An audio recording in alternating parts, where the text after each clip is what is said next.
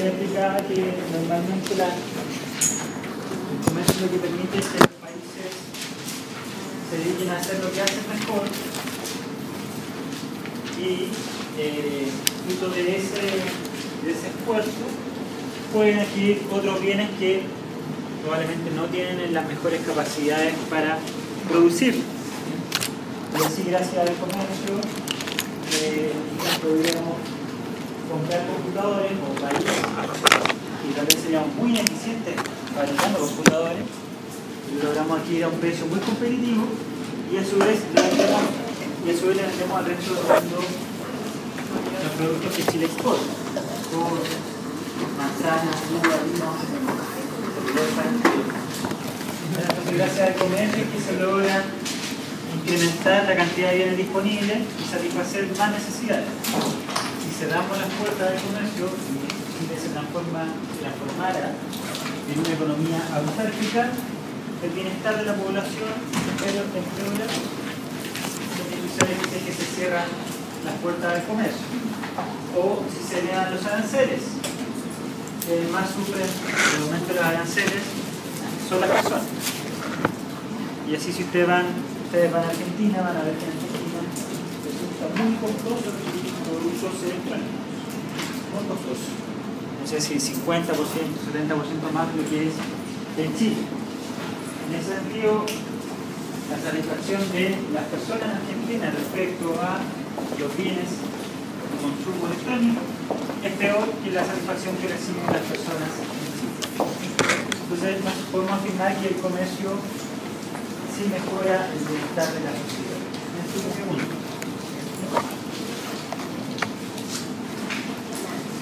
Sexto principio.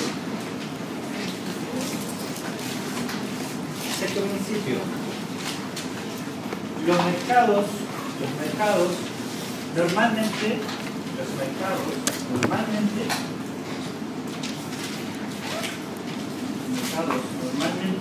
constituyen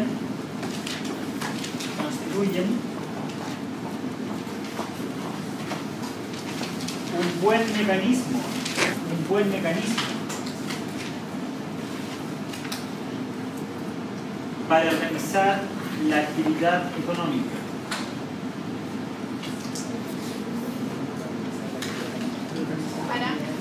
Para organizar la actividad económica. Entonces, en nuestro sistema económico, quien asigna los recursos es el mercado. En Chile, y en el sistema que predomina hoy en día, no existe un sujeto que organice la economía. No es una economía centralizada. No es una economía planificada. ¿Por qué? Porque quien asigna los recursos es el mismo mercado. No es ni el gobierno, no es la SOFOPA, no es ninguna organización de consumidores, sino que el mercado como un ente anónimo, ¿ya?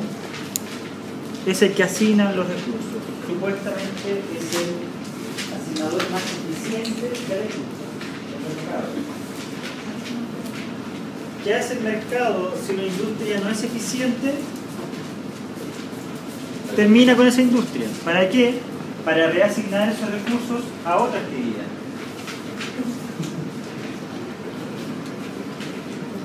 ¿Sí? Tuvimos clase el lunes pasado.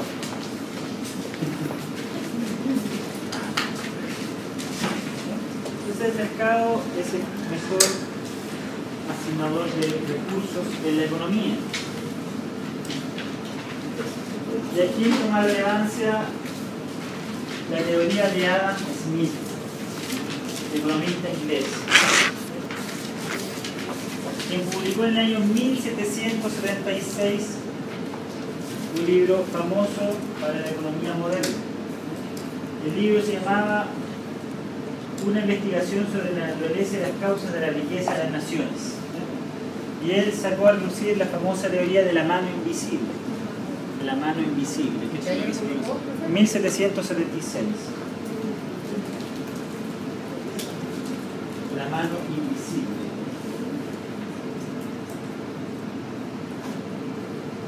Y acá se cita textualmente lo que dice Adam Smith en su libro.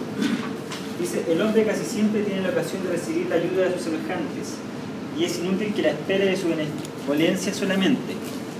Es más probable que lo consiga si puede inclinar en su favor el egoísmo de ellos, demostrándole que les interesa hacer lo que él les pide. No es la benevolencia del carnicero, del cervecero, del panadero la que nos procura el alimento, sino que la consideración de su propio interés. Todo individuo ni pretende promover el interés público ni sabe cuándo lo está promoviendo. Lo único que busca es su propio provecho. Y en este, como en otros muchos casos, una mano invisible lo lleva a promover un fin que no entraba en sus intenciones. Entonces, es la famosa teoría de la mano invisible. Cada uno buscando su propio beneficio de forma egoísta, terminará en el conjunto ordenando la economía de la forma más eficientemente posible. Esa es la famosa teoría de mano invisible. O sea, el bien común se logra cada uno buscando su propio beneficio personal. Así se logra una división súper individualista de la sociedad, la de Adam Smith, y que en realidad si uno la toma de forma directa, no es lo que ha llevado al mundo al desarrollo, sino que lo que ha llevado al mundo al desarrollo es una mixtura, un poco de mercado y un poco de Estado, pero no el individuo por sí solo. Buscando su beneficio va a lograr el bienestar de toda la sociedad. Eso no es tan así, pero algunos de sus principios han servido para trabajar lo que es la ley de la oferta y la demanda. ¿Vale? Ustedes, según ya siguen estudiando economía, van a ver que los economistas, algunas cosas de las que dicen son ciertas y otras no tan ciertas, entonces uno se va quedando con lo que más le sirve. Esta es la famosa teoría de la más invisible de Adam Smith. El séptimo principio.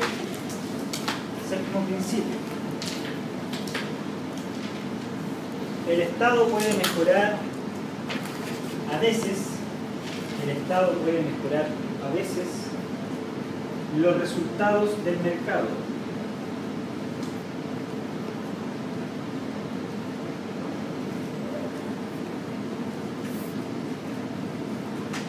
Y esto se da porque en el sistema de economía capitalista pueden acaecer las siguientes situaciones.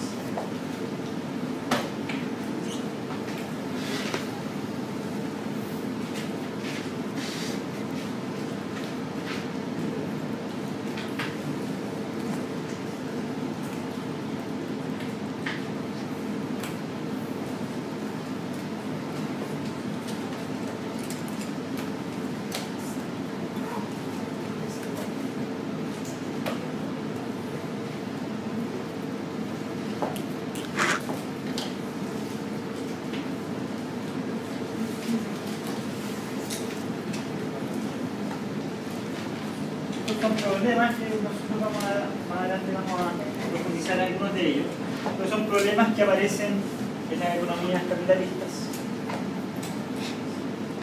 Los fallos de mercado, las externalidades y el poder de mercado. El poder de mercado.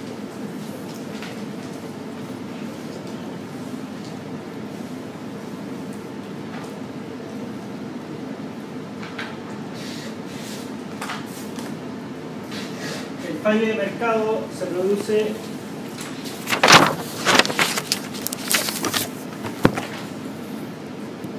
cuando el mercado no asigna eficientemente los recursos por sí solo. No asigna eficientemente los recursos por sí solo.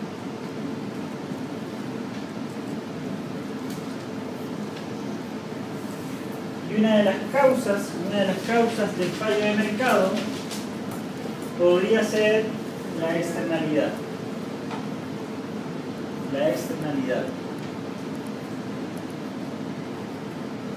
¿Qué son las consecuencias, una externalidad, son las consecuencias para el bienestar de una persona,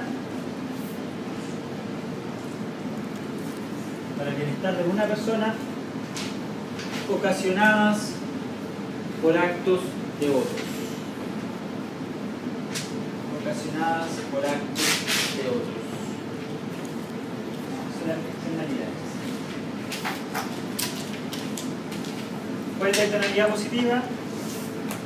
Cuando las consecuencias para el bienestar son positivas. La externalidad positiva es cuando las consecuencias para el bienestar de una persona ocasionada por un tercero son positivas. Ejemplo, si se descubre el remedio a la diabetes. Y eso va a generar beneficios para muchas personas. El avance tecnológico va generando acceso más sencillo, igualitario a las personas al conocimiento. Hay externalidades positivas. Las que traen más problemas son ahora. Cuando los efectos, las negativas, quiere decir que los efectos sobre el bienestar son negativos.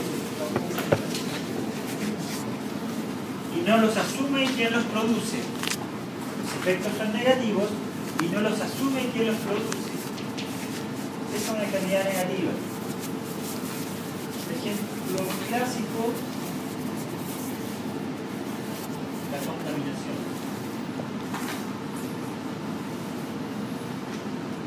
Usted cuando se sube al auto, ¿sí? Una consulta. Dentro de los ejemplos de externalidad negativa se podría clasificar, por ejemplo, el tema de los multifondos de la AFP, que en el caso de que hay ganancias se reparte equitativamente, pero en el caso de las pérdidas es el afiliado quien en el fondo sufre la mayor cantidad de la pérdida. Que ahí con la AFP, bueno, ustedes van a tener después un ramo de, no sé si le ven el derecho de seguridad social. Pero es que la AFP no es tan así, eso es lo que aparece un poco en las noticias. La AFP, como toda sociedad anónima, tiene su capital. Como toda sociedad anónima. Tiene su capital. Los dueños invirtieron plata para ganar más plata. Y una de las obligaciones para comprometer el AFP con la gestión es que un porcentaje de eso debe estar invertido en los mismos fondos previsionales. Entonces eso es lo que se busca para que la AFP esté comprometida con ganar plata. Dado que tienen que invertir en los mismos fondos que todos tenemos, ahí está su obligación, su interés. Si le da mal a los multifondos, van a perder plata.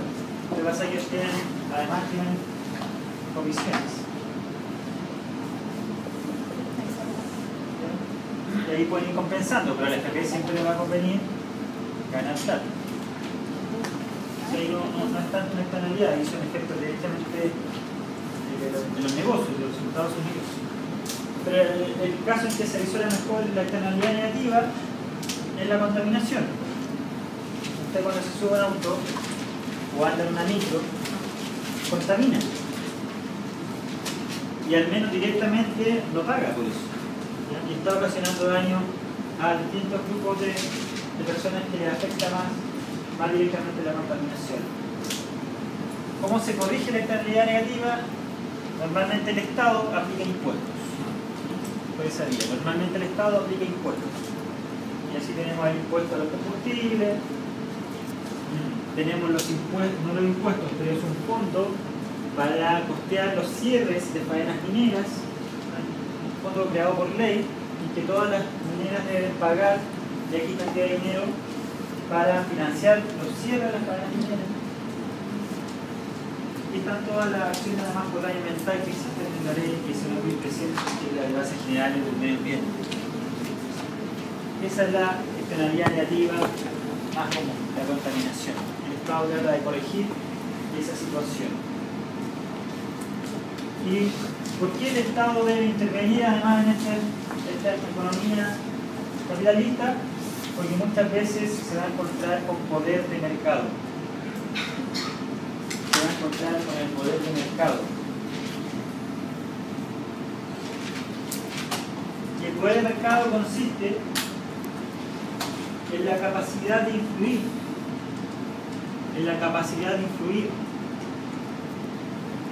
de alguna manera en la fijación de un precio.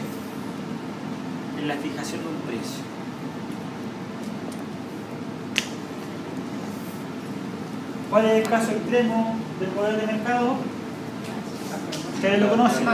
El monopolio. Obviamente. El monopolio es el caso extremo del poder de mercado. Hay solo uno oferente. Y muchos consumidores. Caso típico. ¿Qué hace el Estado para que el monopolista no abuse? Le regula el precio. Ejemplo, empresas sanitarias, telecomunicaciones, energía. Porque si no, dado que hay un único oferente, Agua Andina nos podría estar cobrando 10 veces el precio que nos cobra. Porque nadie más le podría vender agua. O llevárselo a la alcantarilla. Entonces, para evitar eso, el Estado regula al monopolista. Y a veces también le admite su creación para ser más eficiente.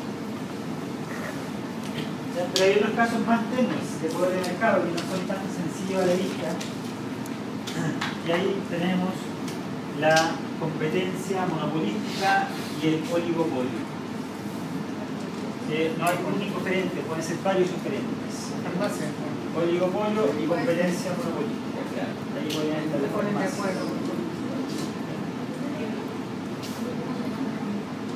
El oligopolio y la competencia monopolística.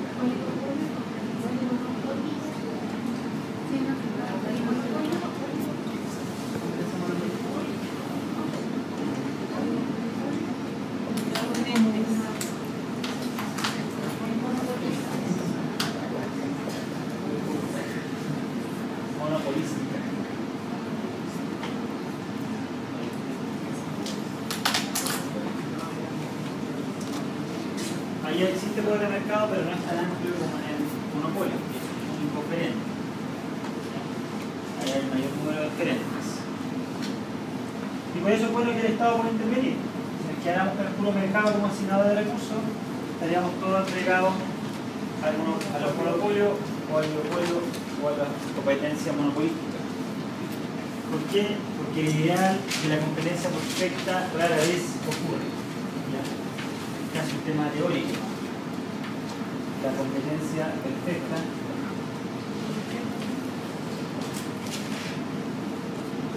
rara vez ocurre. Pero supone que el Estado regula. No estaríamos entregados al poder de las grandes compañías. Y la evidencia lo que demuestra es que prácticamente no hay competencia perfecta. Competencia monopolística, oligopolio o monopolio. Porque el sistema económico estimula a que se creen grandes corporaciones. Ustedes revisan cuántas cadenas de supermercados hay en Chile. Relevantes. Hay dos. Walmart. Claro, hay dos. Las demás son chiquititas. Y más tiene entre 80 personas. ¿Ya? Entonces, lamentablemente el sistema económico lleva a grandes corporaciones. Y en ese caso es muy importante que el Estado lo pueda regular. Si no, ¿qué pasaba con las farmacias? Se ponían de acuerdo las tres cadenas y subían los precios, no sé cuánto subieron, 3, 4 veces. Empiezan a ser muy grandes y hay un estímulo a ponerse de acuerdo, a concentrarse para cobrar más caro. Y eso es lo que se ve en Chile, hay gran concentración, no solamente en Chile, sino en muchos países, pero como Chile es una economía más pequeña, el mercado americano, que es gigantesco, no se va a notar, pero en un país de 17 millones de habitantes sí se nota. Sí se nota.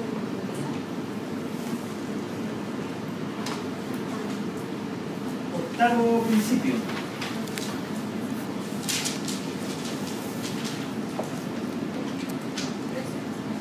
Octavo principio. El nivel de vida de un país. El nivel de vida de un país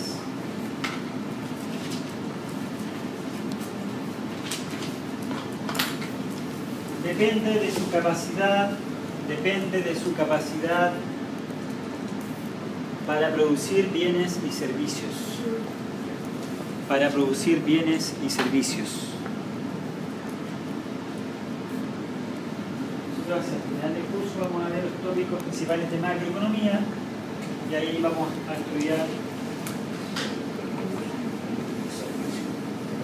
Producto Nacional Bruto. ¿Ya? Vamos a entender lo importante que el país crezca para que a todos nos vaya mejor. Recuerden que la economía de un país es como una torta. Lo importante siempre es que esta torta crezca. Aunque sea de a poco, pero que crezca. Y no todos los países crecen. No todos los países crecen. No es lo normal. Y así tenemos Sudamérica, tenemos a países en recesión. Venezuela, Argentina, Brasil. Chile creció súper poco, pero alcanzó a crecer algo. Entonces hay países que sí pueden caer en recesión. En Europa, Grecia, España, Japón ha estado mucho tiempo en recesión. Entonces, para nosotros y para mejorar el nivel de vida de las personas es importante que el país crezca. ¿Por qué creen que China ha ido tan bien? Por como 50 años. Porque en promedio siempre estuvo creciendo sobre el 10%, ahora bajó al 7%, 8%. Entonces, si ustedes ven la cantidad de millonarios que cada año aparecen en China, son muchos. Nuevos millonarios, y es porque ellos siempre han mantenido el horizonte de crecimiento. De ahí se verá cómo se reparte, pero eso ya no es un tema de la economía en sí.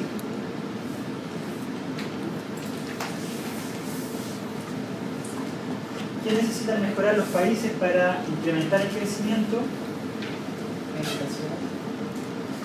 Cuidado con eso, pero es la productividad.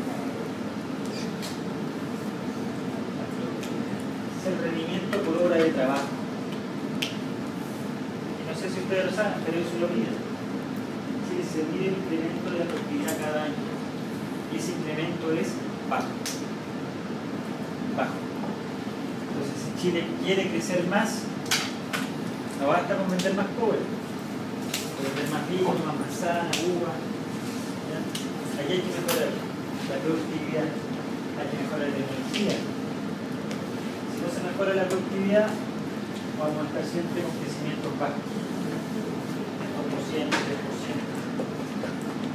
Ustedes no lo sabían, con Piñera se creció un poco más, porque tampoco fue un crecimiento extraordinario, por el terremoto, porque las grandes catástrofes generan un efecto de reactivación que hay que reconstruir.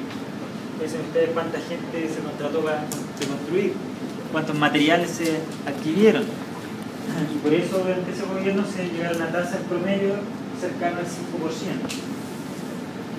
Suena paradójico, ¿no es cierto? Sin terremotos probablemente el crecimiento hubiese sido 3%, 3,5%. Chile como un país pequeño depende mucho del cobre, del precio del cobre. Durante ese gobierno se llegó a casi $4 la libra. Hoy ya está en 2,7, 2,6.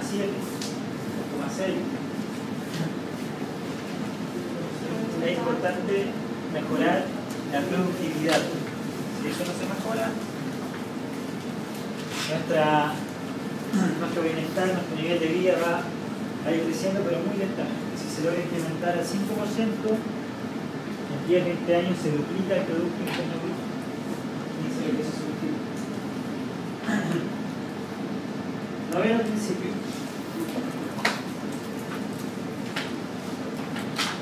Los precios suben cuando el gobierno imprime demasiado dinero. Los precios suben cuando el gobierno imprime demasiado dinero. ¿Qué nombre tiene eso? La inflación.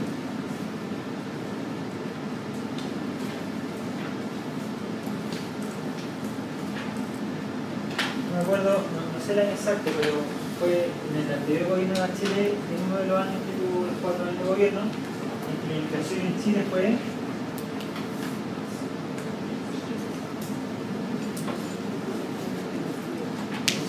¿Por qué se los digo? Porque no es lo normal que siempre tengamos inflación baja, 3%, 4%.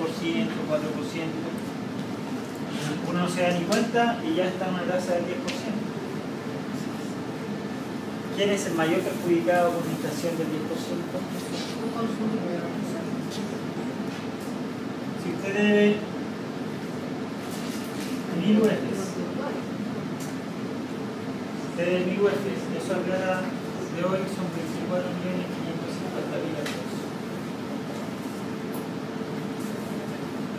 Y la inflación en un año sube 10%, significa que usted ya no debe 24.550.000, sino que eso le tiene que sumar 2.450.000 pesos. Solamente por efecto de inflación. Es decir, usted debe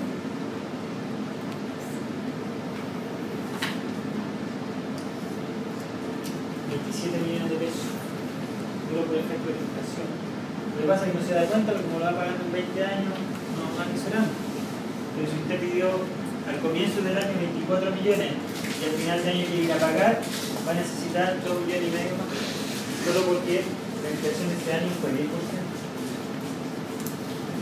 Entonces, cuando escuchen las cifras de inflación, siempre pongan la atención, porque mucha gente tiene deuda hipotecaria, que son las deudas más caras. El préstamo a corto plazo ustedes lo pactan en pesos, entonces sea cual sea la inflación, debe la cuota que debe por 2 o 3 años. Pero esto no. Imagínate si su deuda no son 1000 UF, sino que son 6000 UF.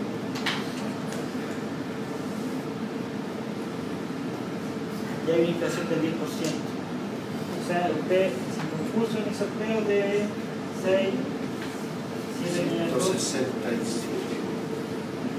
a fin de año. Solamente porque la inflación fue un 10%.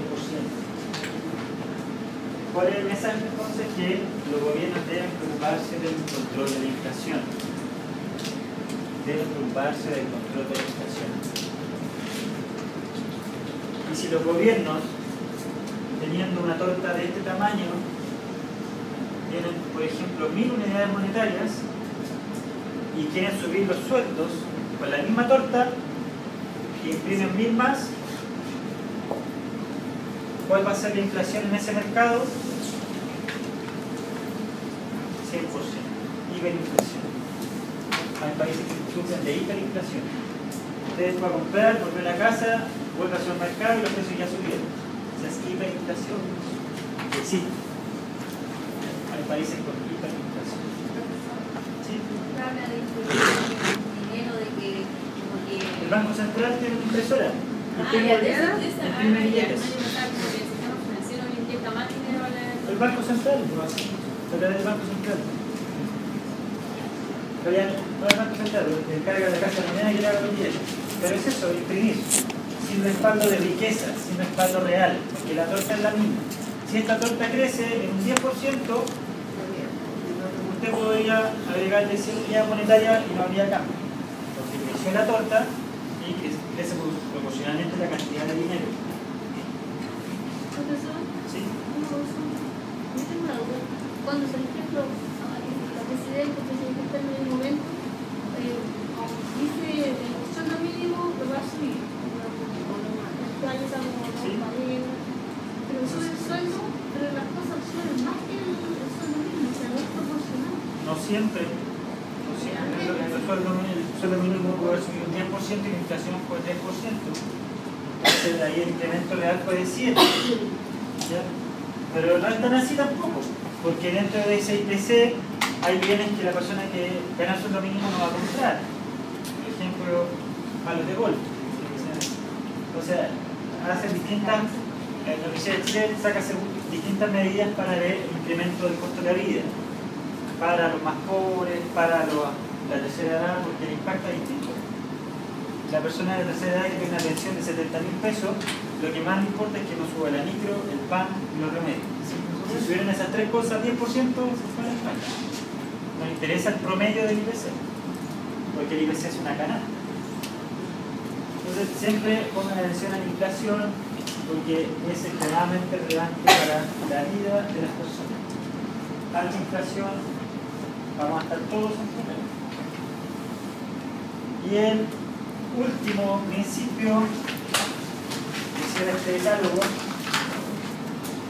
es que la sociedad enfrenta en el corto plazo,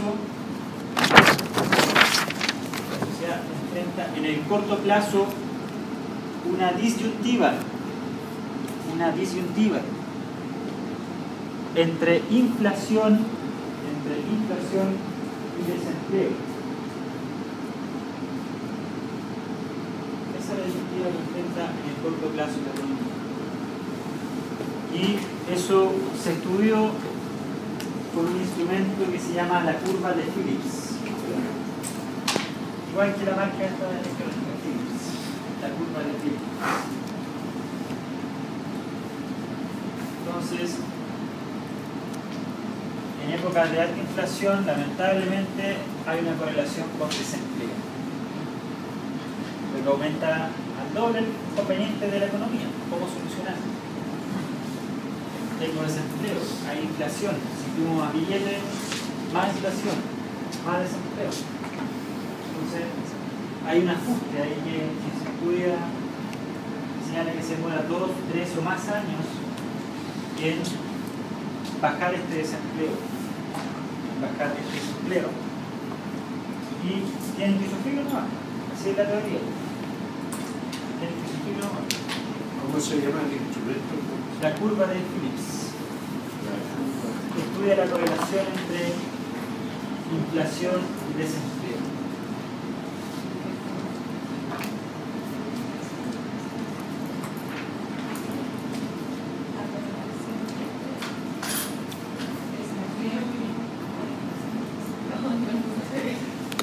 Ya. Ahí con la parte más facilita de la introducción. Ahora debo... ¿Averiguaron si podían cambiarse o no? ¿No? Al profesor de la otra sección.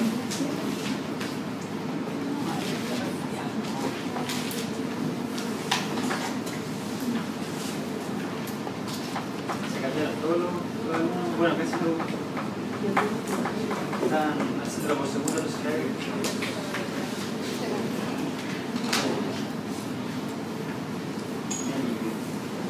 Burgos. Presente. Candia. ¿Que no viene a la clase pasada? Le dije que podían optar por cambiarse de sección por si era de su preferencia. Carrasco. Cifuentes.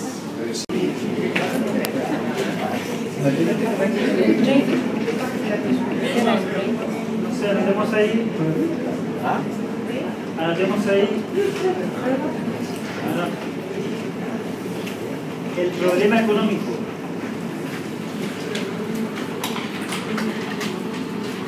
Cero.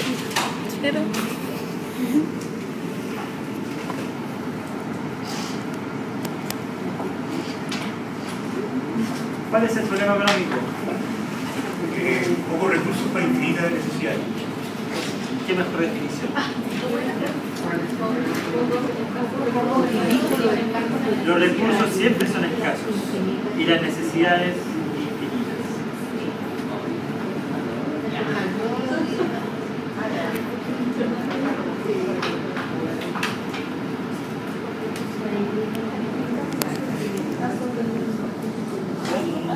Ese problema es la escasez relativa. Puede tener muchos bienes, pero va a querer más. Y eso se lo puede hacer siempre. Es parte de la naturaleza humana. Uno cuando no tiene auto, ¿qué es lo que quiere? Tener un auto. Después tiene un auto, quiere otro auto. Y ustedes pueden ir a la casa en que hay 3 o 4 autos. 3 o 4 autos. Uno se pregunta, ¿necesitan todos los vehículos? Probablemente esas personas sienten que lo necesitan. ¿Ya?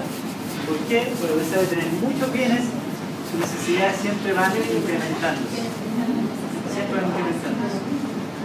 La necesidad de educación también. Todos quieren estudiar, perfeccionarse, tener que mejorar la vida laboral.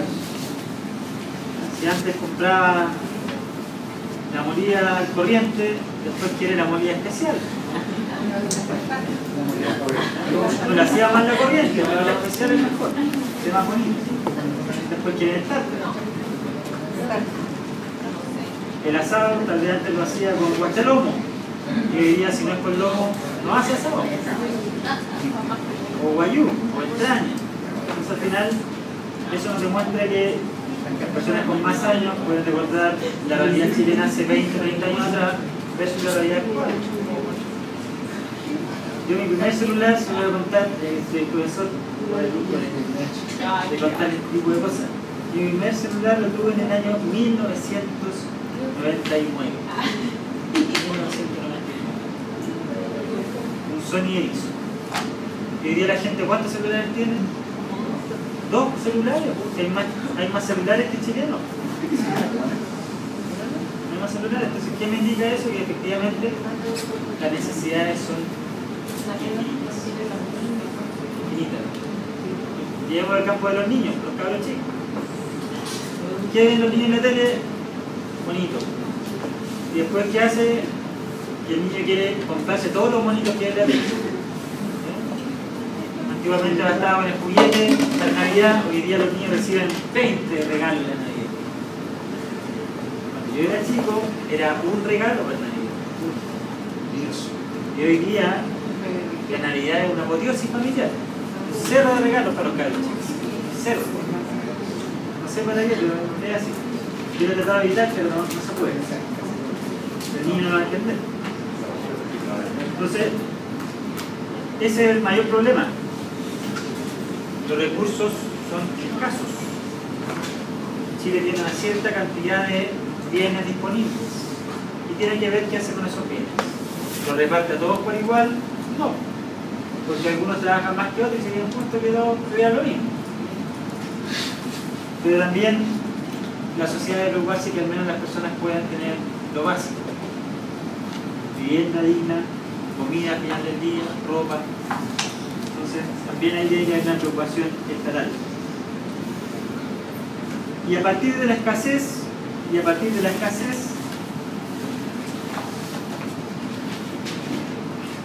surgen 3 grandes interrogantes.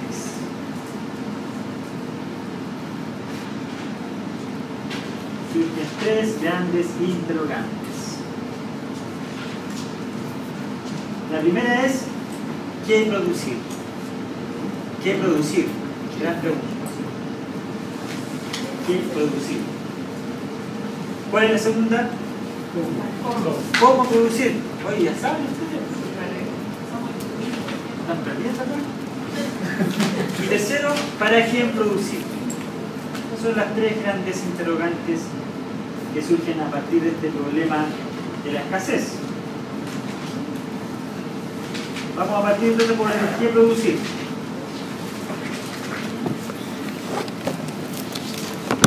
¿Qué producir?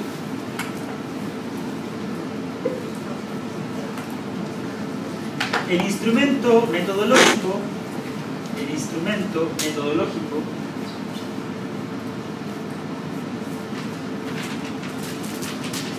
para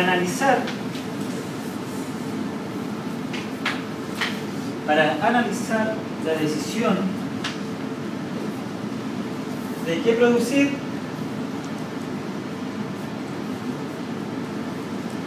es la FPP.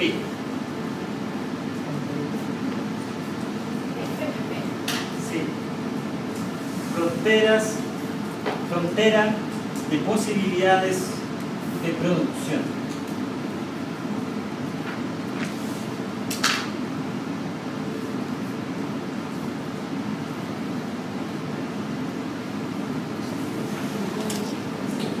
Frontera de posibilidades de producción.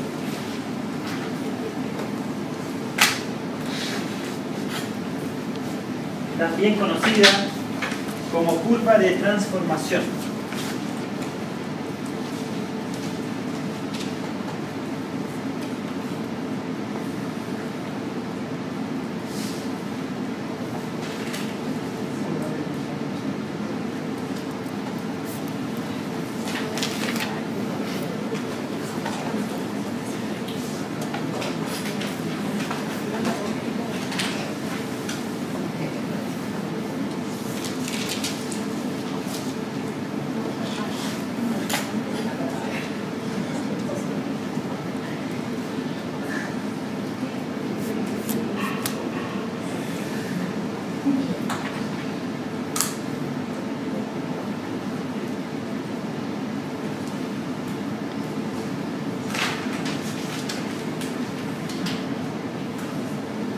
La FPP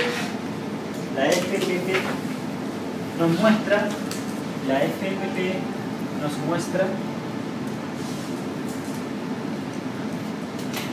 cuánto puede producir una economía.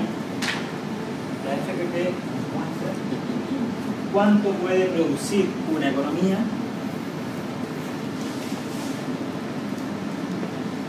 dada una cierta dotación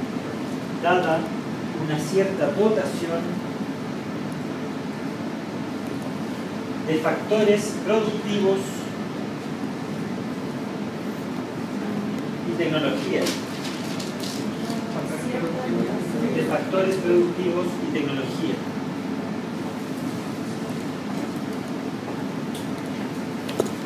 Punto 6. Los factores productivos son los clásicos: tierra, trabajo y capital. Esos son los factores productivos: tierra, trabajo y capital. Tierra, trabajo y capital. En todo caso, esto está acá, pero recuerden que la tierra como activo sigue siendo muy valioso. La tierra como activo sigue siendo muy valioso. Pero hoy en día, no digo que todos quieren ser millonarios, yo lo digo nomás para motivar a los que les interesa. Hay gente que se ha hecho millonaria muy joven en los mercados financieros. No les interesa la tierra. No tienen ni un metro cuadrado de tierra. Pero sí les interesa tener plata. Y hay gente que en el mercado financiero se ha ganado mucho, bueno, hay gente perdido obviamente. Tengo un colega en el trabajo que nadie le llegó el dato hace 2 años y medio atrás. Les dijeron compra acciones del año. Yo tengo una compañera de trabajo que compró 20 millones de pesos en acciones del año. La compró a casi 10.000 pesos. Y hoy en día la acción del año vale 6 lucas. O sea, ya perdió 40% de los beneficios.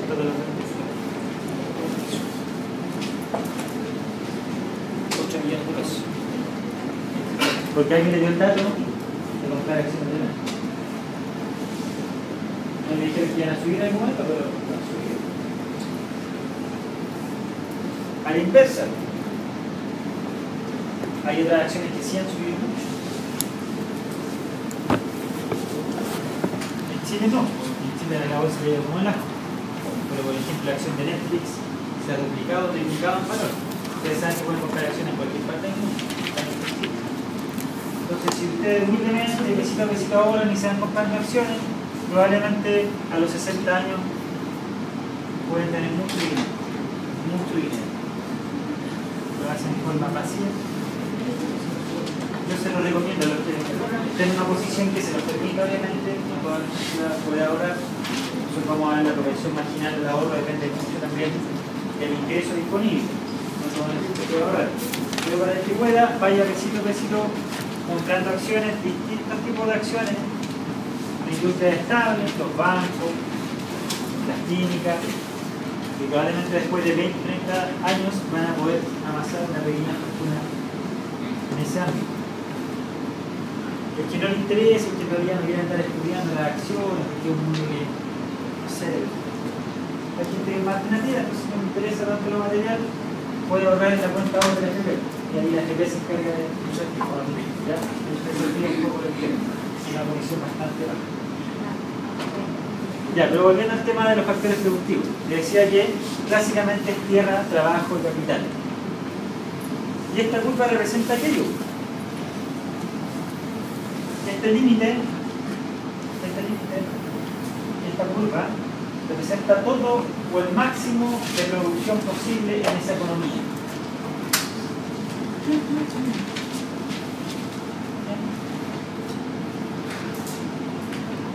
Dados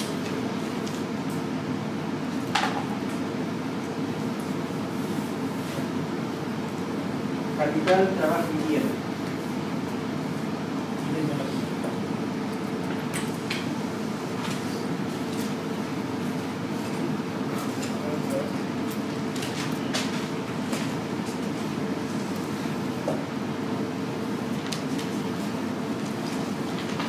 ¿Qué representan los puntos A, B y C dentro de esta economía que supuestamente solo produce dos bienes, pan y ropa?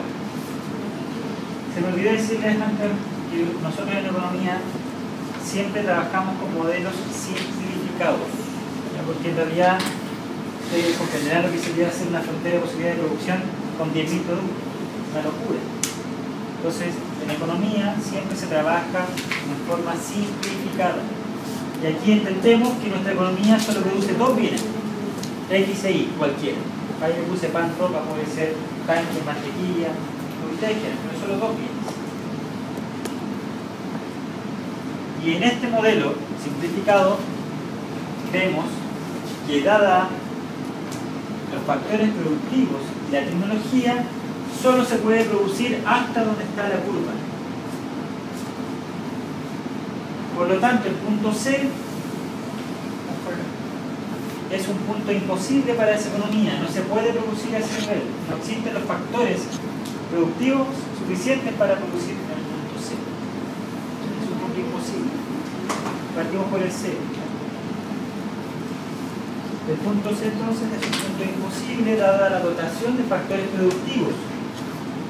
Unimos el punto C con los ejes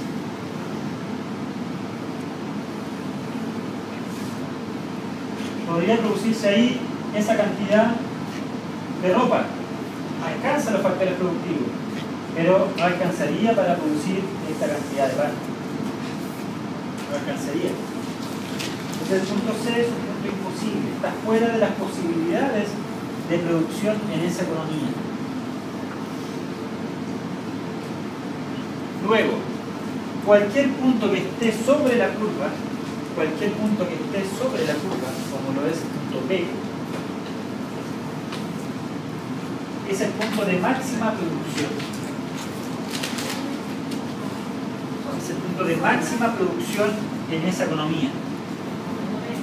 El punto B o cualquier otro punto que esté sobre la curva. O sea, es el punto de eficiencia.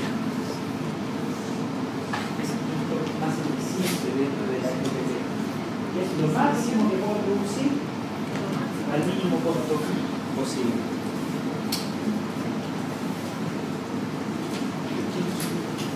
Por ejemplo, en el punto B, yo puedo producir 10 unidades de ropa y 15 unidades de pan. Dado el trabajo, la tierra, el capital disponibles y la tecnología. Y finalmente, el punto A. Una pregunta, ¿el punto A es posible? Sí, es posible. Es posible. Se puede producir ahí. Pero es ineficiente. Estoy desperdiciando recursos. Desperdiciando recursos.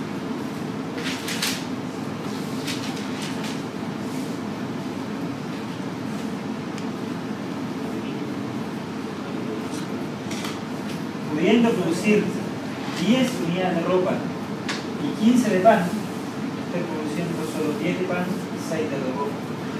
Es un punto ineficiente. Estoy aprovechando al máximo los factores productivos.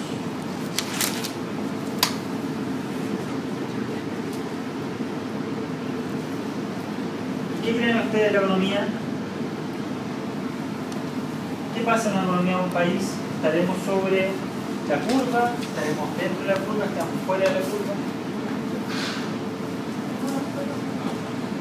¿Dónde creen que nos ubicamos como país?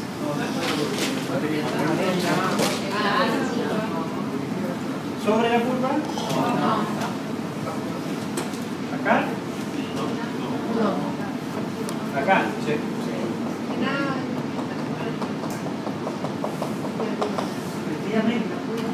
Efectivamente. Son pocas las economías que logran tal nivel de eficiencia. En Chile se habla de un PIB potencial. Siempre la idea es que ese PIB potencial sea muy alto, o sea que esta curva esté muy acá. y ojalá que el PIB efectivo también esté cercano a ese PIB potencial. Eso quiere decir que los recursos se están utilizando en forma eficiente. Pero si es un análisis más macro.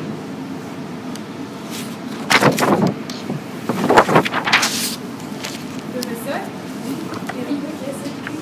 ¿Ah? ¿Qué es el PIB? El PIB potencial. El PIB es el Producto Interno Bruto. Vamos a hablar de PIB, PNB. Vamos a ver en la economía, no se ocupe todavía.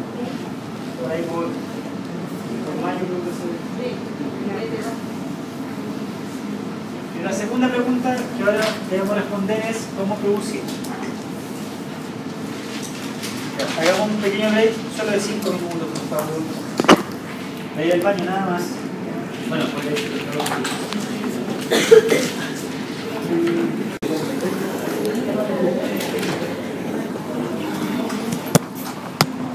que producir la FPP, ahora vamos a ver cómo producir.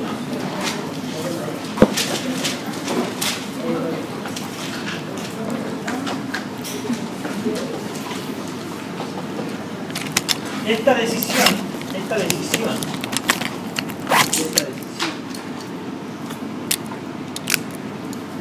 o elección, se toma en base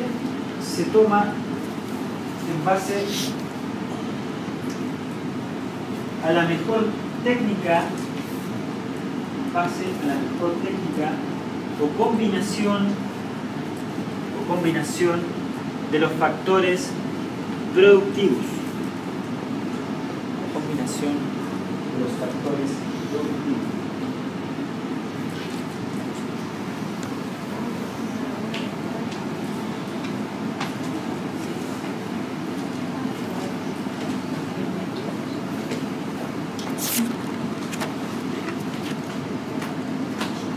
Y esto nos lleva al concepto de costo de oportunidad.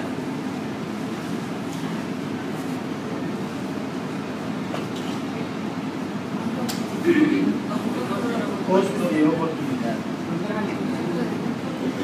Así es. Recuerden que hay como uno de los principios de la economía. Siempre hay distintivas, siempre tengo que elegir.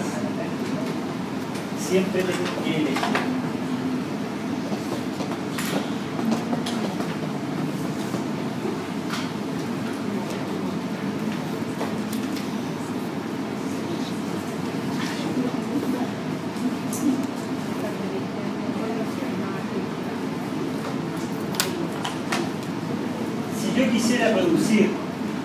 quisiera producir 100 unidades de I, si yo quisiera producir 100 unidades de I,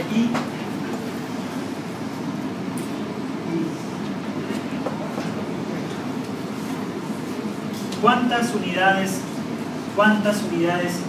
de X produciría?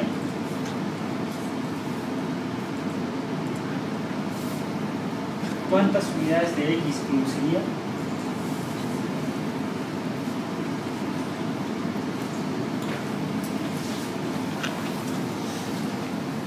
¿Cuántas unidades de X? Si quiero producir 100 y ¿cuántas de X? ¿Ah? Cero. 100%. Si quiero producir 100 unidades de Y, no van a quedar recursos disponibles para producir X.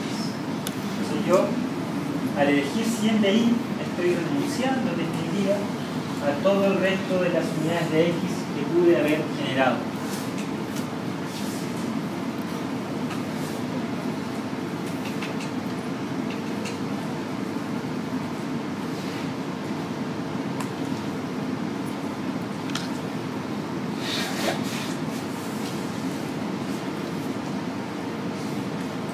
Por el contrario, si decido bajar la producción de I a 80, voy a poder producir 20 unidades de X.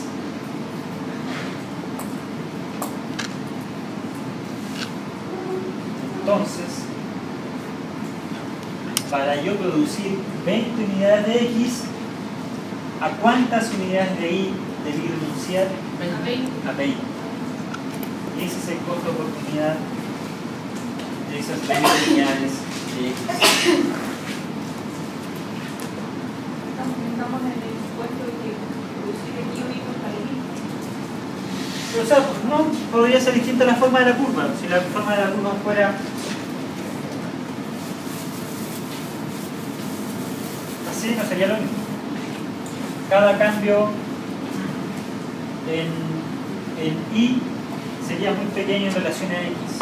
Entonces ahí cambiaría la relación. Entonces, solo la forma de la curva, pero no pasemos todo el día a eso. Vamos a llegar. Pero queda claro, ¿no es cierto? Si yo quiero pasar y producir algo de X, voy a tener que renunciar a algo de Y. Eso es lo que debe quedar en evidencia. Renunciar para producir.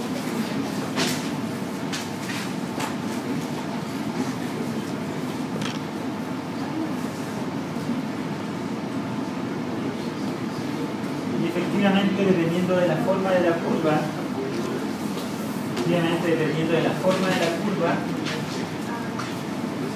podríamos determinar que el costo de oportunidad podría ser creciente en algunos casos, dependiendo de la forma de la curva.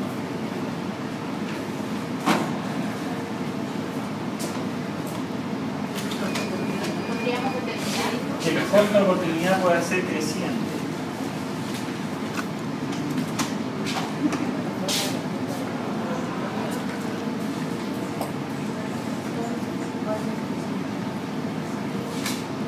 En este caso se aprecia que grandes cambios en Y solo tienen un impacto muy menor en X.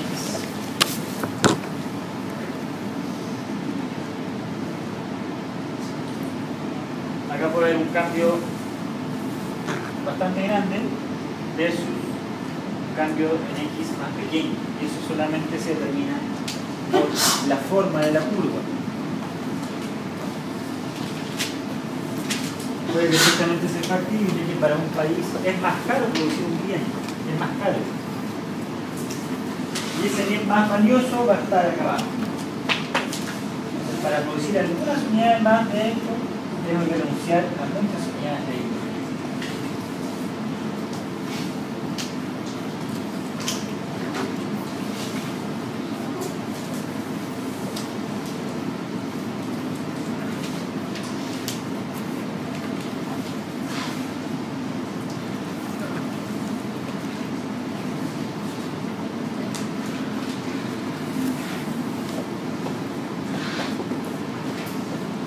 Vamos a verlo un poco más adelante, pero el gráfico que nos ayuda a entender cómo producir es la isocuanta.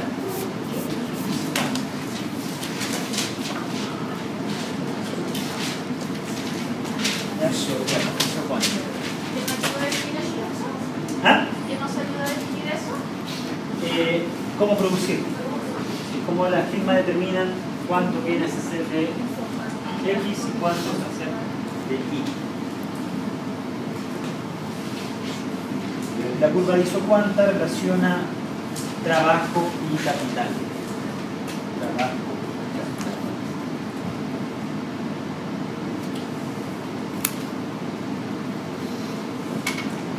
Entendiendo en este último caso que el factor de tierra es pi. Es pi.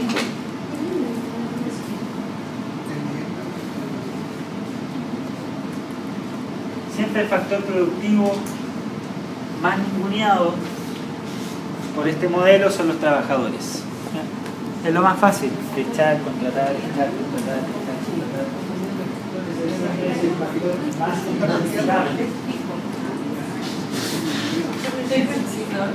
Tierra es fijo. Lo que dijimos es que siempre el factor productivo del trabajo es el más fácil de modificar. Claro. Usted puede despedir a trabajadores o puede contratar a trabajadores ese mismo día. En cambio, usted no puede construir una planta en un periodo corto de tiempo.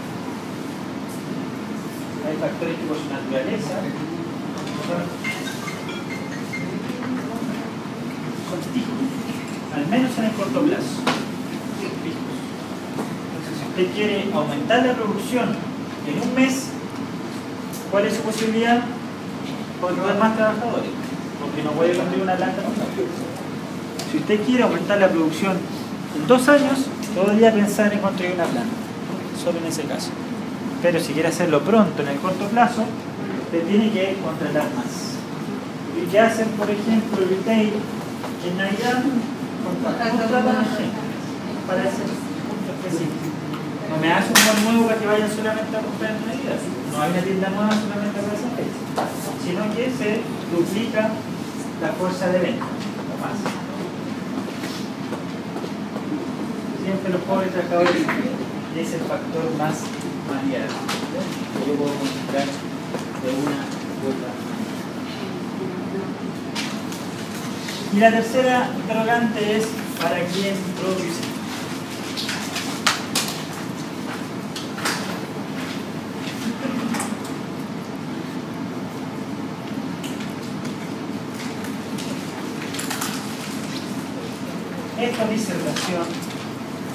Esto dice relación con los consumidores. Esto dice relación con los consumidores que demandarán productos.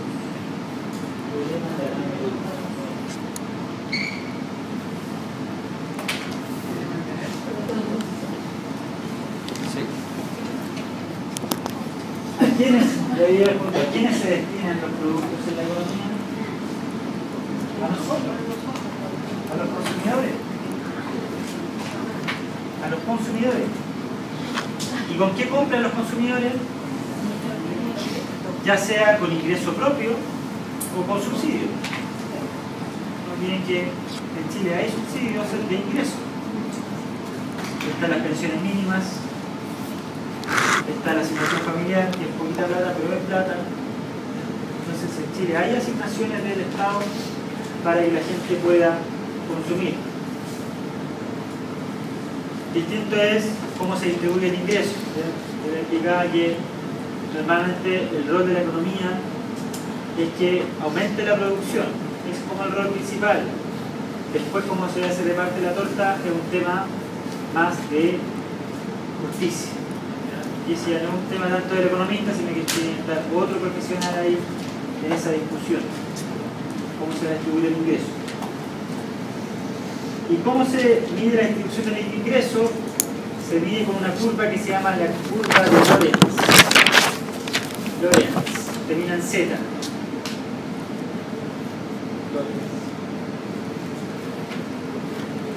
Que muestra el porcentaje de ingreso acumulado,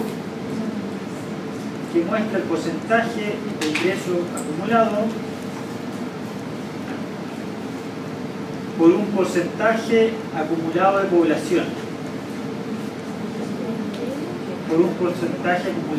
de población.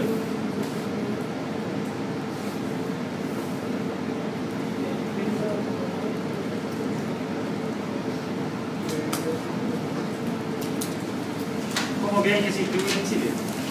Mal. La gran mayoría de los recursos está en un grupo muy pequeño de la sociedad. Se podría decir que 3 quintiles, 4 quintiles se reparten relativamente poco de esta torta de la economía. Y el último quintil es el que se lleva la mayoría de los trozos. ¿Cómo arreglar eso? ¿Con más impuestos? No lo sé. En realidad, el que tiene plata el impuesto lo puede manejar de alguna manera. Entonces, mejor tal vez con educación. Esa tal vez sería la mejor manera de incrementar o mejorar la distribución. Quitarle mucho a los ricos para dárselo a los pobres no necesariamente más allá del éxito, porque también es bueno que la gente pobre se esfuerce por salir adelante. ¿no? O redistribución. Pero esos son temas que no tienen mucho que ver con la economía. Por eso podemos decir, por ejemplo, que la educación siempre va quedando de lado en cuanto a los aportes económicos del Estado, porque no es, digamos, un ente productivo. Pero ahora la educación va a ser gratis. Pero, Eso dice, ¿no? ¿cuánto? Todavía. Recuerden que nada es gratis. Pero hay que aprobar la ley. Nada es gratis. Eso es así. La educación es gratis porque de algún lado salió la plata para financiar eso.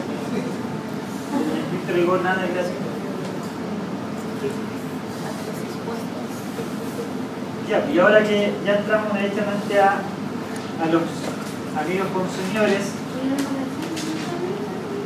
vamos a ver lo que es la oferta y la demanda.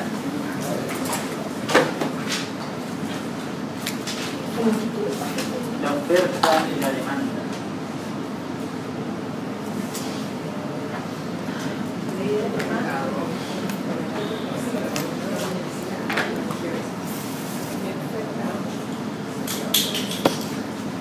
¿Qué es la curva de demanda?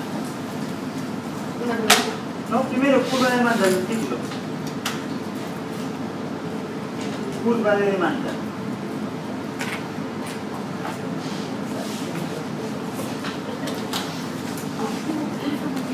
Nota ahí, muestra la cantidad demandada por un producto en función de diversas variables. Muestra la cantidad demandada por un producto en función de diversas variables.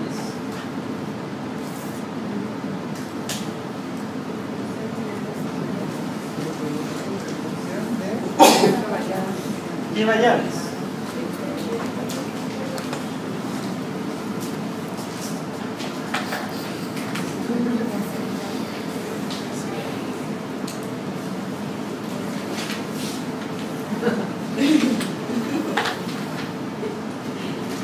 La curva de demanda la vamos a representar por un Q de X. X es el bien. Y va a estar representada por una función. ¿Eso ahora o siempre? En genérico, en abstracto. X es cualquier bien. Le ponga lo que quiera hacer. Y eso va a estar relacionado con el precio del bien, con el precio de otros bienes, con el ingreso y con muchos otros factores o variables.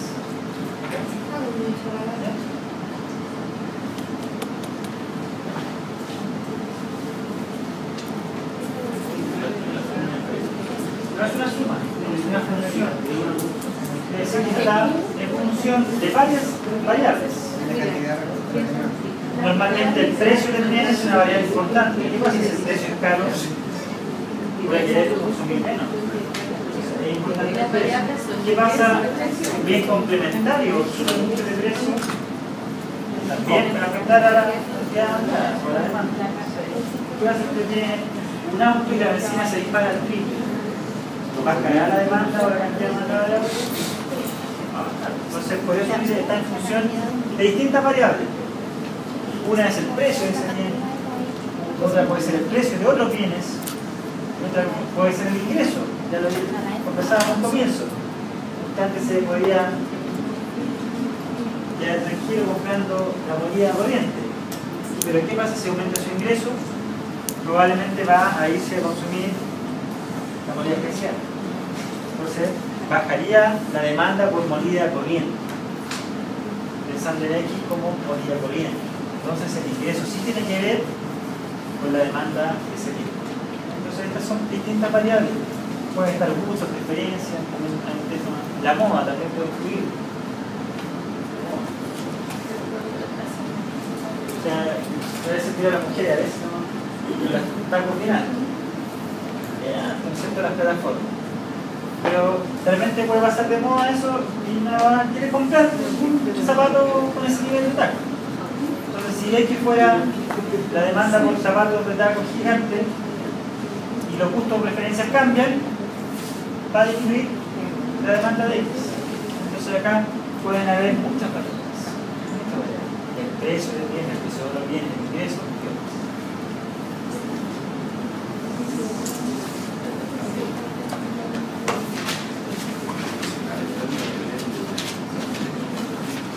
Y en el gráfico de la curva de demanda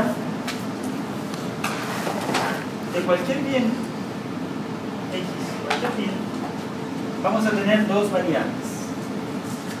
El precio del bien y la cantidad del bien.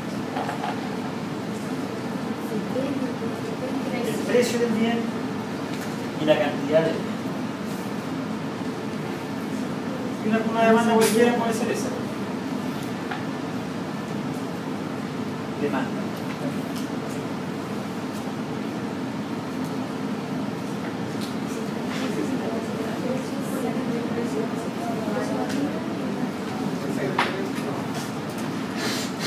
Como se ve en el gráfico,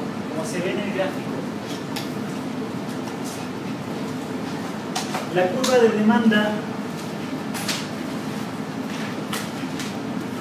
muestra una relación inversa.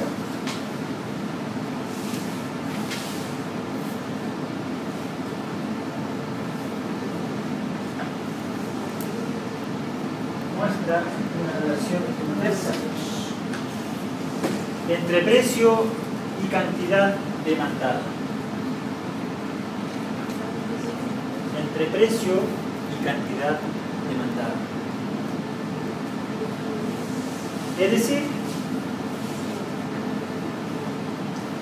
a los distintos niveles de precios,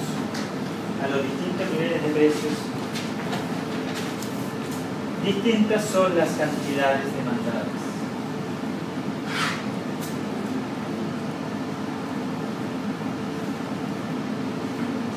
Las cantidades demandadas. Y nótese que digo cantidades demandadas siempre, no demanda. Hay una diferencia. Recién cuando hablábamos de la función de la demanda, hablamos de varias variables. El precio del bien, el precio de otros bienes, el ingreso disponible y otros. Ahí hablábamos de la demanda propiamente tal. Pero en el gráfico de abajo estoy hablando solo de la curva de demanda, no de la demanda. Estoy hablando de una curva de demanda. Y la curva de demanda, ¿qué me relaciona? Precio y cantidad. O sea, por eso solo hablamos de cantidad demandada.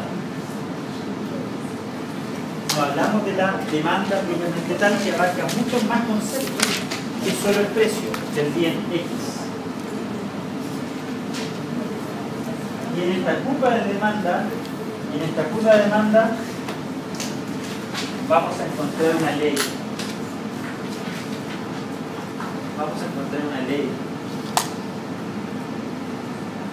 Que me señala que al aumentar el precio, disminuye la cantidad demandada. Que al aumentar el precio, disminuye la cantidad demandada. Y que al bajar el precio, aumenta la cantidad demandada. Y eso ustedes lo saben porque compran, sobre todo las mujeres, todos los días. Vea un closet de una mujer, no da abasto. Tendría que tener una casa solamente de closet. Bueno, hay hombres también que tienen bastante ropa. Esa es la ley. Cuanto aumente la cantidad demandada, ahí van a haber otros factores. Si es muy sensible, un pequeño aumento de precio me afecta la cantidad demandada. ¿Qué pasará para los diabéticos con la insulina? ¿Me interesará mucho cuánto sube el precio para ver cuánta insulina compran? No, porque te va a tener que comprarle igual. Le va a doler, pero tiene que comprarle igual. Podría ser eso para asegurar claro, pero pongamos que aumenta a 3 veces el precio. ¿Quién tiene que ser diabético para seguir demandando? Conseguirse plata, pero tiene que comprar. Entonces ahí esta ley no es tan aplicable, ¿no es cierto? O es más difícil. No, ¿qué pasa para un diabético? Se aumenta el precio de la insulina. Tiene que comprarlo de cautivo. Si baja el precio, compra más cantidad o más. Pues, pero en estricto rigor va a seguir consumiendo lo mismo, pues si son dosis, no hay mayor cambio. ¿Qué pasa con los cigarros? ¿Baja el consumo si sube el precio? ¿Baja la cantidad demandada? No mucho, ¿no es cierto? Pero baja. ¿Esta ley tiene un nombre o...? La ley de...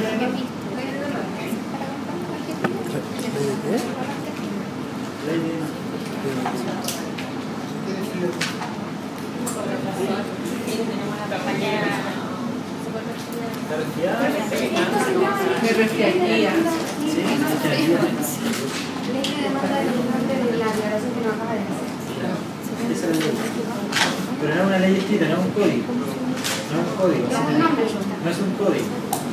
Es la constatación de la realidad que lleva a uno que uno pueda afirmar ciertas cosas como una ley.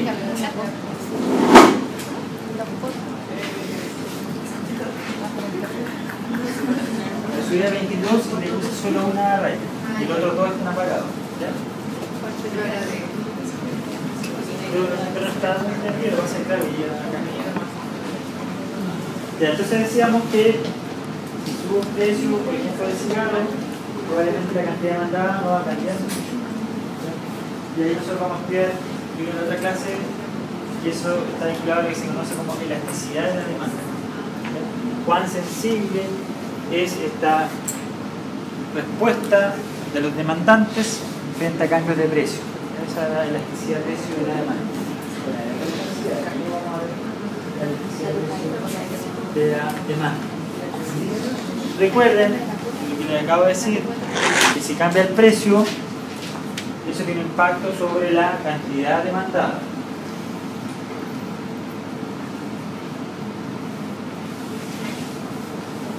Ese triangulito significa cambio de economía. ¿Cómo? Cambio.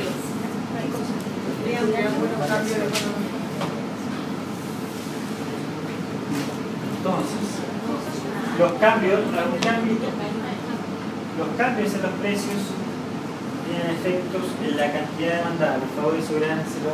Yo sé que ustedes, como tienen derecho, son buenos para memorizar, así que ningún alumno me va a contestar la prueba. Un cambio en el precio va a cambiar la demanda.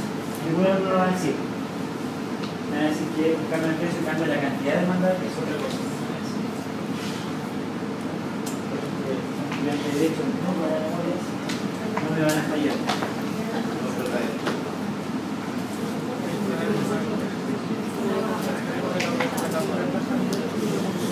No sé si lo mencioné, pero la relación entre precio y cantidad demandada es inversamente proporcional. Inversamente proporcional. ¿Qué quieren los compradores o las compradoras? Que sea barato todo. Ya la oferta, que quieren que bajen los precios. Por lo tanto, siempre van a querer dar más bajo el precio, mayor va a ser la cantidad demandada. Ahora vamos a explicar.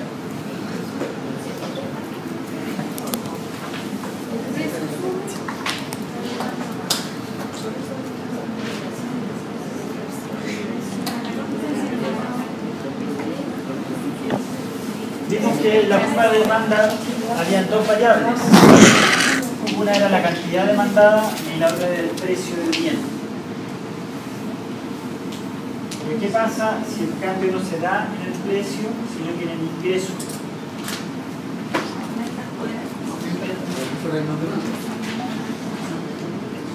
Aumento del ingreso. Usted antiguamente ganaba 500.000 pesos y le gustan los zapatos. Y se compraba un par de zapatos al mes. ¿Qué pasa si duplica su ingreso? ¿Qué pasará con los zapatos? contra la masa baja. Entonces, un aumento del ingreso lo que provoca es un aumento, pero ya no de la cantidad demandada, sino que la demanda en su conjunto. De la demanda. De ahí, la función de demanda. Entonces, si esta fuera una curva de demanda de zapatos, la persona duplica su ingreso, lo que va a suceder con esta curva es que se va a desplazar. Se va a desplazar la curva hacia afuera. Va a aumentar la demanda a todos los niveles de precio, se va a demandar más. Y arriba sería ahí en vez de ¿Qué cosa? arriba sería ¿Dónde está acá? ¿Acá? No sé, es el precio de hecho, no cambia. Es el precio de ese bien. Lo que sucede es que ahora, como la persona tiene más ingreso disponible, a todos los niveles de precio de X igual va a comprar más. Por eso hay un aumento de la demanda en su conjunto. Si solo varía el precio, yo me muevo a lo largo de la curva de demanda. Y cambia la cantidad demandada a los distintos niveles de precio y demando acá. Cualquiera de estos puntos. Pero si la persona ahora duplica su ingreso, el consumidor duplica su ingreso, ahora a los mismos niveles de precios va a querer comprar más. Entonces se desplaza la curva de demanda. Repasando. Si cambia el precio, cambia la cantidad demandada a lo largo de la curva de demanda. Si cambia otro factor que no sea el precio, por ejemplo el ingreso, hay un desplazamiento de la curva de demanda. En este caso, como fue un incremento, el desplazamiento es hacia la derecha. Se va a consumir, se va a demandar más a todos los niveles de precio. Si en vez de aumentar disminuye el ingreso, eso hace que disminuya la demanda.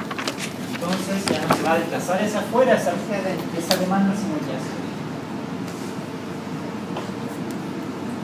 Voy a consumir menos a los distintos niveles de precio, porque tengo menos ingreso disponible.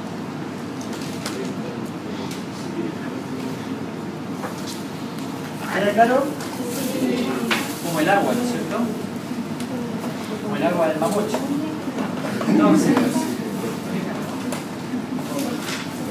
vamos a hablar ahora del bien I. Se fijan que dentro de la función de demanda puse uno de los factores que podría influir en la demanda el precio de otro bien. El precio de otro bien. La materia prima.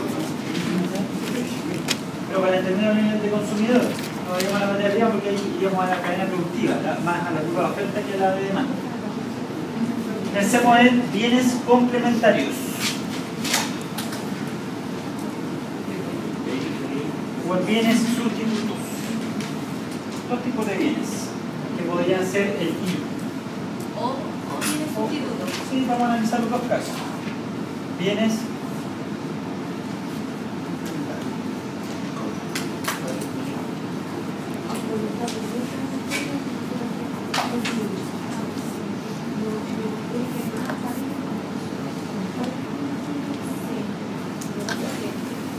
¿Cuál podría ser bien complementario? Típico, el agua y la benzina.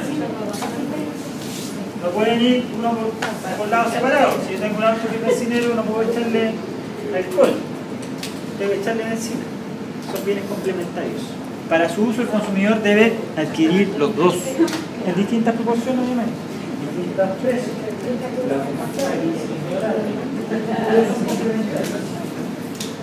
Son complementarios. ¿Qué otros bienes podríamos hacer complementarios? El pan y la mantequilla también podría ser, ¿no es cierto? Ahí hay, normalmente uno puede cocinar así con la mantequilla, pero normalmente el pan va con la mantequilla. Hay todo el ejemplo de bienes complementarios. Dado que en el gráfico de curva de demanda no está el precio del bien complementario, porque recuerden que este gráfico solo va el precio de X y la cantidad de X, dado que en ese gráfico no va el bien complementario, ¿qué sucede si cambia el precio del bien complementario?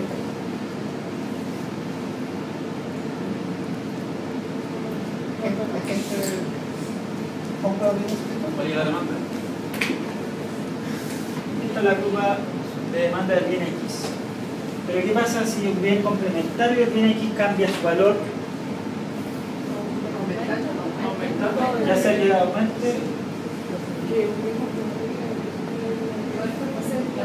También hay un desplazamiento de la curva de demanda.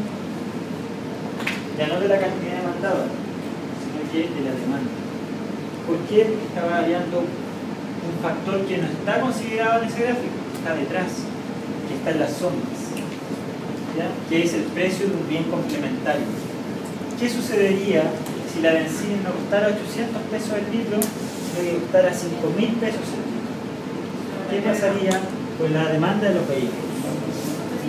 Disminuiría a los distintos niveles de precio, pero disminuiría.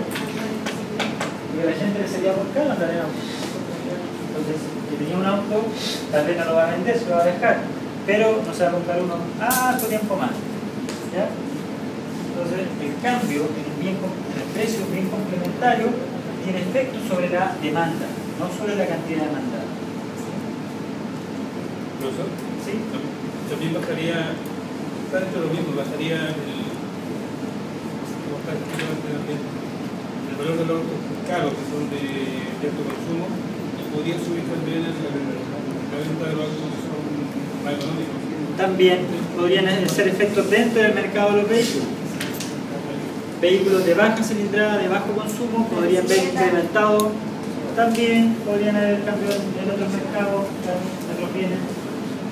Pero ahí la bicicleta me salió con otro bien.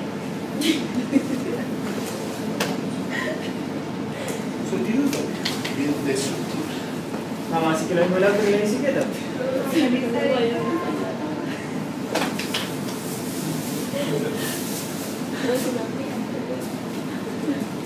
¿Ya? Entonces ahí hay otro caso. Así como vimos en el bien complementario, y cuando este cambiaba su precio podía afectar la demanda, ya sea incrementando la demanda o disminuyéndola, con el bien sustituto sucede lo mismo.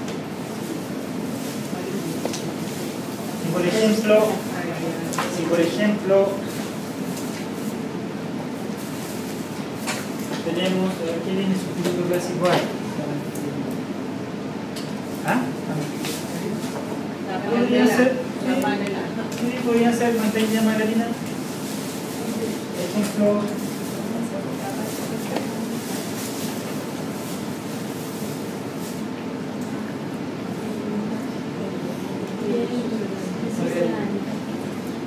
¿qué pasa si el precio de la mantequilla se va al piso? Estamos en el mercado de la margarina. Este aquí sería la margarina.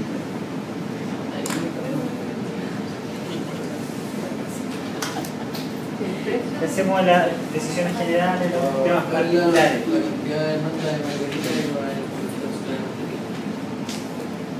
Como está variando el precio de algo que no está en el gráfico, está en la curva de demanda de margarina, y se fue al piso el precio de la mantequilla, los cambios siempre son a nivel de demanda, no de cantidad demandada. Si se va al piso el precio de la mantequilla, implica que la demanda de margarina va contra eso, porque toda la gente se va a ir a consumir mantequilla. Entonces hay cambios en la demanda de la margarina a todos los niveles de precio. A la inversa, si el precio de la mantequilla se va a las nubes, la gente que consume margarina va a aumentar. Va a ser muy caro en otro mercado, así que todos los que antes consumían mantequilla se van a la margarina. Y eso hace que aumente la demanda de la margarina. Parece un trabalengua, pero la próxima clase lo van a tener su lógica.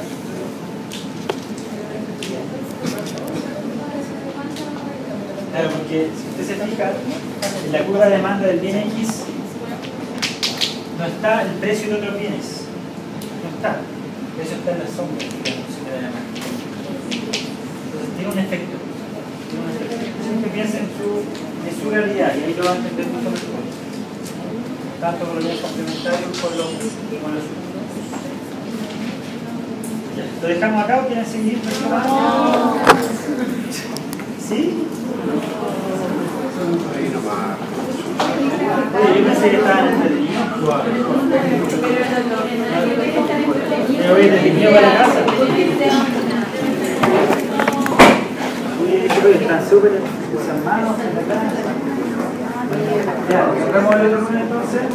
Vamos a empezar con el ejercicio, ¿ya?